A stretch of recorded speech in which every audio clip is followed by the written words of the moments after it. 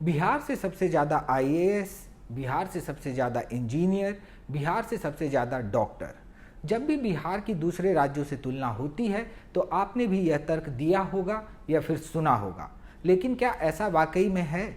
शायद कभी ऐसा होता होगा, लेकिन आज की हकीकत कुछ और है। हाल ही में जब निर्फ यानी नेशनल इंस्टीट्यूट रैंकिंग फ्रेमवर्क 2023 की लिस्ट आई तो बिहार की बदहाल शिक्षा व्यवस्था की पोल खुल गई। केंद्रीय शिक्षा मंत्रालय की ओर से जारी निर्फ 2023 की रैंकिंग में बिहार की एक भी यूनिवर्सिटी या कॉलेज टॉप 100 की लिस्ट में शामिल नहीं है। चौंकिए नहीं, यही सच्चाई है, यही आज के बिहार की हकीकत है। कभी शिक्षा का केंद्र रहा बिहार आज हाशिए पर खड़ा है, चाहे वो स्कूली शिक्षा हो या फिर उच्च शिक्षा। लेकिन ऐसा क्यों है? इसके पीछे क्या वजह है? राजनीतिक उपेक्षा या फिर कुछ और? इन्हीं सवालों के जवाब तलाशने हाजिर है आपका बिहारी पत्रकार। नाम है मोहन कुमार। इन्ने ओन्ने का नहीं, यहाँ होगा ओनली बिहार। आगे बढ़ने से पहले एक अपील, अगर आप आरोप प्रत्यारोप से परे ठोस विमर्श वाली खबरें और वीडियो देखना चाहते हैं तो क्विंट का मेंबर बनिए। कैसे? वीडियो के डिस्क्रिप्शन में जाकर क्लिक कीजिए। देश भर में बिहार की शिक्षा व्यवस्था का स्तर गिरता जा रहा है। यही कारण है कि निर्फ की टॉप 100 ओवरऑल कैटेगरी यूनिवर्सिटी या फिर कॉलेज की लिस्ट में बिहार की एक भी संस्थान नहीं है। 500 करोड़ से ज़्यादा के बजट वाला पटना यूनिवर्सिटी भी टॉप 100 संस्थानों की सूची में नहीं है। क्विंट हिंदी से बातचीत में पटना यूनिवर्सिटी के vice chancellor professor Girish Kumar Chaudhary ने कहा कि पहली बार पटना यूनिवर्सिटी ने निर्फ के लिए अप्लाई किया था। हमें उम्मीद थी कि रैंकिंग में नाम आएगा, लेकिन कहीं ना कहीं चूक हुई है। अभी तो हमें पता भी नहीं चला है कि किस रैंकिंग में रखा गया है। कम से कम इस बार पटना यूनिवर्सिटी ने निर्फ के लिए अप्लाई तो किया। पिछले साल तो यूनिवर्सिटी ने भाग तक नहीं लिया था। आपको जानकर ताजुब होगा कि 2015 से निर्फ रैंकिंग की शुरुआत के बाद पहली बार पटना यूनिवर्सिटी ने अप्लाई किया है। इस रैंकिंग में जगह बनाने के लिए कई पैरामीटर्स को पार करना होता है। टीचिंग, लर्निंग और रिसोर्सेज जैसे स्टूडेंट्स की संख्या, फैकल्टी और स्टूडेंट्स का रेशियो, परमानेंट फैकल्टी की posting, research and professional practice, graduation outcomes, इस तरह के पैरामीटर्स होते हैं।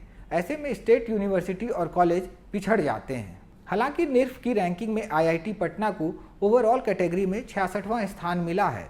पिछले साल ये 59वें स्थान पर था। वहीं इंजीनियरिंग की कैटेगरी में आईआईटी पटना खिसक कर 41वें स्थान पर पहुंच गया है, जो पिछले साल 33वें स्थान पर था, जबकि इस श्रेणी में एनआईटी पटना 56वें स्थान पर है।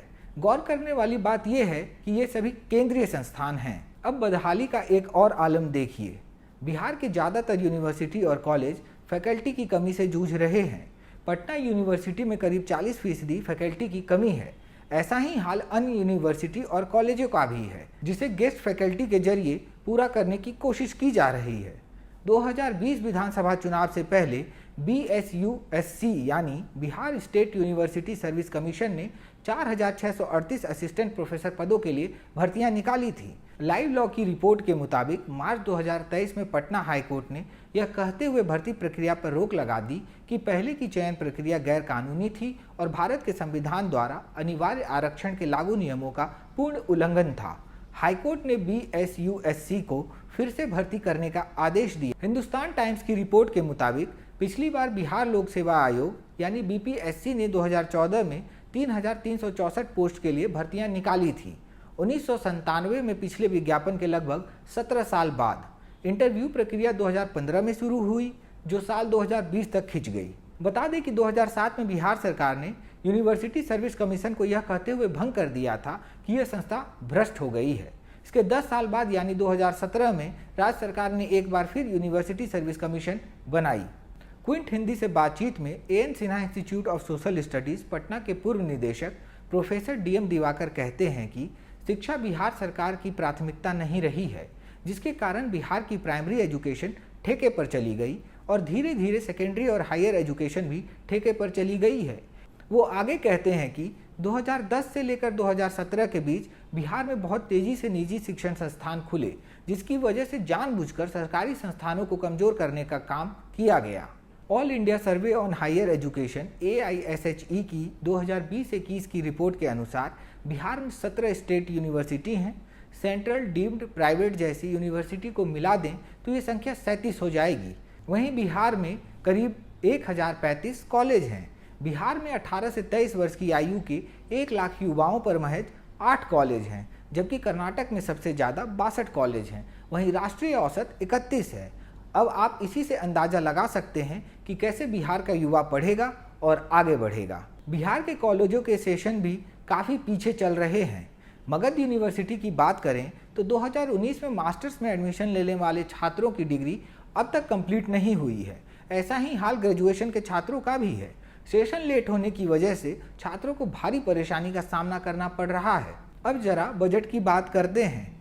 बिहार में शिक्षा के बजट में साल दर साल बढ़ोतरी देखने को मिली है। वित्त वर्ष 2023-24 में शिक्षा के लिए 40,450.91 करोड़ के बजट का प्रावधान किया गया है। इससे पहले वित्त वर्ष 2022-23 में 39,191.87 करोड़ का प्रावधान किया गया था। वहीं वित्त वर्ष 2021-22 में शिक्षा के लिए 38,035.93 करोड़ के बजट का प्रावधान किया गया था। इससे पहले 2020-21 में 35,191.05 करोड़ के बजट का प्रावधान किया गया था। वहीं वित्त वर्ष 2019-20 में 34,798.69 करोड़ का प्रावधान किया गया था। लेकिन जब प्रदेश के कॉलेज यूनिवर्सिटी की हालत पर नजर पड़ती है तो लगता है कि ये आंकड़े महज कागजी हैं। दैनिक भास्कर की रिपोर्ट की माने तो पिछले 5 साल में बिहार के सभी परंपरागत विश्वविद्यालयों की आधारभूत संरचना और दूसरी सुविधाओं के लिए 3,293.83 करोड़ का फंड मिला था। यूनिवर्सिटी को यह राशि बिहार सरकार, यूजीसी और बिहार राज्य उच्चतर शिक्षा परिषद की तरफ से मुहैया कराई गई थी। लेकिन विश्वविद्यालय इस राशि को खर्च नहीं कर पाए। आखिर में उन्हें इस फंड को सरेंडर करना पड़ा। अब जरा समझने की कोशिश करते हैं कि बिहार की उच्च शिक्षा व्यवस्था को कैसे दुरुस्त किया जा सकता है। इसको लेकर हमने पटना कॉलेज के पूर्व प्राचार्य प्रोफेसर नवल किशोर चौधरी से बात की। क्विंट हिंदी से बातचीत में उन्होंने कहा कि सबसे पहले क्वालिफाइड शिक्षकों की भर्ती करनी चाहिए, जो कि कई सालों से नहीं हुई है। इसके साथ ही वो कहते हैं कि इंफ्रास्ट्रक्चर डेवलपमेंट करना होगा। कॉलेजों में बिल्डिंग की कमी है, लैब और लाइब्रेरी की व्यवस्था सही नहीं है। इन सब चीज़ों में सही ढंग से इन्वेस्टमेंट नहीं किया जा रहा है। तीसरा पॉइंट वो बताते हैं कि एक मजबूत एडमिनिस्ट्रेशन का होना बेहद ही जरूरी है, जिससे यूनिवर्सिटी और कॉलेज सही तरीके से चल सके। बहरहाल बिहार की बदहाल शिक्षा व्यवस्था को ट्रैक पर लाने के लिए एक मजबूत राजनीतिक इच्छा शक्ति की भी जरूरत है। आखिरकार इस व्यवस्था की कमान तो सरकार के हाथों में ही है। ऐसे में प्रदेश के मुखिया से लेकर शिक्षा मंत्री को इस बारे में गंभीरता से सोचना चाहिए। तभी छात्रों का पलायन रुकेगा और बिहार शिक्षा के क्षेत्र में अग्रणी बन पाएगा। बिहार में काबा कार्यक्रम में इस हफ्ते बस इतना ही। वीडियो आपको अच्छा लगा तो चैनल को सब्सक्राइब कीजिए और नए वीडियो की तुरंत जानकारी के लिए घंटी बजाइए।